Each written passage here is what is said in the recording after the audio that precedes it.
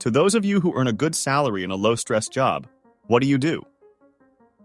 I work as a medical radiation technologist, and I think it's one of the least stressful jobs. Unlike nurses and doctors, we don't have long working hours. Our main task is to take diagnostic images of patients. Once we're done, porters take the images away, so we spend little time with patients. At the end of the day, when our hours are finished, we just go home and relax. It's a job that becomes more comfortable as your skill set improves, and there are usually people around to help you. I specifically work with X-rays, not CT or MRI, which can be more stressful due to a set schedule. Overall, I like my job. I'm an operator at a nuclear plant, and I can make up to $180K depending on how much overtime I work.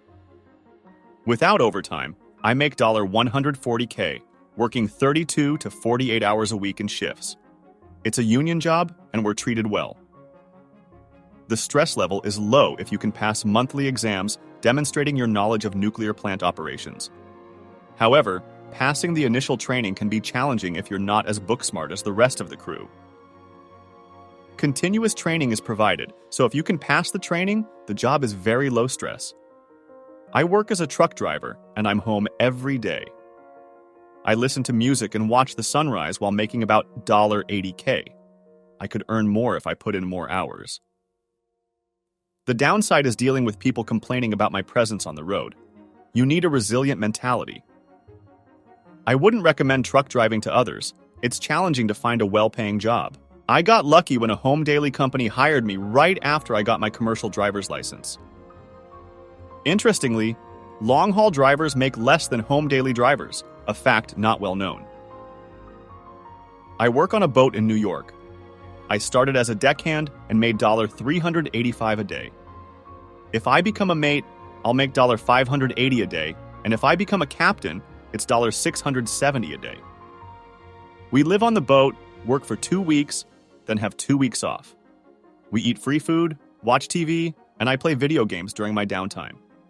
It might not be a relaxing job for everyone, but for me, a single 24-year-old guy, it's chill. I design graphics for a big store. It's busy, but not as stressful as working for different clients at an agency or worrying about finding work as a freelancer. I use ultrasound machines to check hearts and blood vessels in a doctor's office. I get $35 an hour. It's relaxing, and if I'm quick, I get a lot of free time. I use it to trade stocks, read, and learn new things. I teach English in China for 12 hours a week. I make about $2,700 a month, and almost all my living costs are covered. I get a flight home once a year, have 3 months off, but I still get paid for 11 months. I know I won't be super rich, but I can save about $2,000 a month. I have a lot of free time for my hobbies, and even when I'm at work, it's pretty relaxed since the classes are basic. I work in quality control for electrical and mechanical projects. It's pretty straightforward. I read the original proposal and the 100 specifications and make sure the subcontractors stick to them. The goal is to keep the customer happy by giving them exactly what they paid for. It can get a bit hectic at times, but most of the time it's laid back and stress-free. I've noticed that a lot of people are talking about quality assurance in these posts. In my job, I sit at a desk and design do-it-yourself home theater and automation systems. People send in their floor plans, and I place little speakers and TV images where they should install things. I also troubleshoot the systems over the phone. It's the easiest money I've ever made, and the pay is pretty good. I'm a personal assistant for a high-end real estate agent. The first few months were stressful as I figured out how he operates, but now that I've got the hang of it, I do everything in advance for him. Most of my day is spent chatting with others in the office, drinking coffee, and browsing Reddit. I've always hated working, and at 27, I still dislike it. So finding a job I can excel at with minimal effort and stress that pays well is a dream. I start early and don't take lunch, so I'm home in good time for my dog. I'm a college professor. I get to talk about my favorite subject for 15 hours a week, earn a full-time income, and have several months off each year, though I spend that time grading and preparing for the next semester. While I work more than 15 hours, the tasks vary. If it's a community college, it's pretty relaxed, mostly meetings and waiting for students. Research positions have different responsibilities. Specialized schools can be relaxed or more demanding. However, there's potential for flexibility in how I spend most of my time outside the classroom. I'm a senior accountant for a small, family-operated oil and gas company. The company takes good care of its employees with compensation, bonuses, and benefits. Unlike larger companies facing challenges, this one is doing well. The work is busy and fast-paced, but my career has advanced quickly. The workplace makes it low stress. Everyone respects each other, and there's a rare camaraderie. People love their jobs, and the company values its employees. The team is talented, respectful, and easy to work with. I occasionally work weekends from home, but for the most part, I go in at 8 a.m. and leave at 5 p.m., and my job ends there. It's flexible. I can work from home or leave early, and there's trust that everyone is working hard. It's my dream job after years of less satisfying ones. After finishing college, I landed a great opportunity. A friend of mine works in marketing, making $45,000 a year. His job is to create ads for new products in newspapers, TV, or online. He waits for people to respond to these ads, then decides who qualifies to try the products. There are some rules like guys can't test women's deodorant. Once he's done, another team takes over. He has lots of paid free time, so he codes and works on side projects. He spent 8 years studying math to get this job. I'm in data analytics. I earn over $75K a year with good benefits, and I work from home, Monday to Friday, from 7 to 3:30. I haven't had to work weekends or nights or more than 40 hours for years. No commuting, no office drama, no strict dress code, and I didn't need a degree or special training. I just have a knack for finding patterns and love working with data. My career started 13 years ago doing telemarketing for a credit card company at night and on weekends, making around $9 an hour. It was the first job I found with health insurance. Every year or so, I looked for slightly more challenging roles and moved for a better paycheck.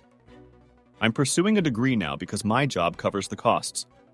I'm Carmen, and I check and fix freight cars. Most days are easy, but sometimes I work in tough conditions like extreme weather. I might need to lift heavy things occasionally, but that's not common.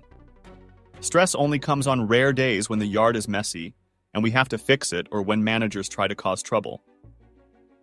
The job suits me, pays well, but my schedule is not great. They're hiring, so I'll get some seniority soon. I work for a big board game company. My job involves giving access to our files for translation and sale in other countries. I travel to check their studios, attend game conventions, and play games with coworkers. The benefits are good, and 2 years after college, I have good work experience and salary. I have a master's degree, and I do data analysis in a small city in a poor state. Most men here work on farms or do manual labor.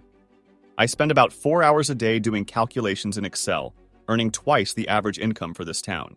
It has pros and cons, meeting interesting people but feeling lonely and having a different perspective on success. I work night shifts as a support professional for people with developmental disabilities, most of the time. I spend most of my time on Reddit, drawing, or watching movies.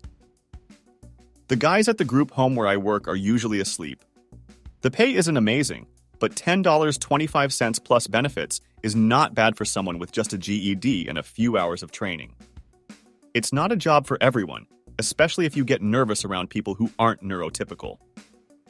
Right now, one of the guys is nearby, rocking in a recliner and making noises while watching TV. I realize this might make some people uncomfortable.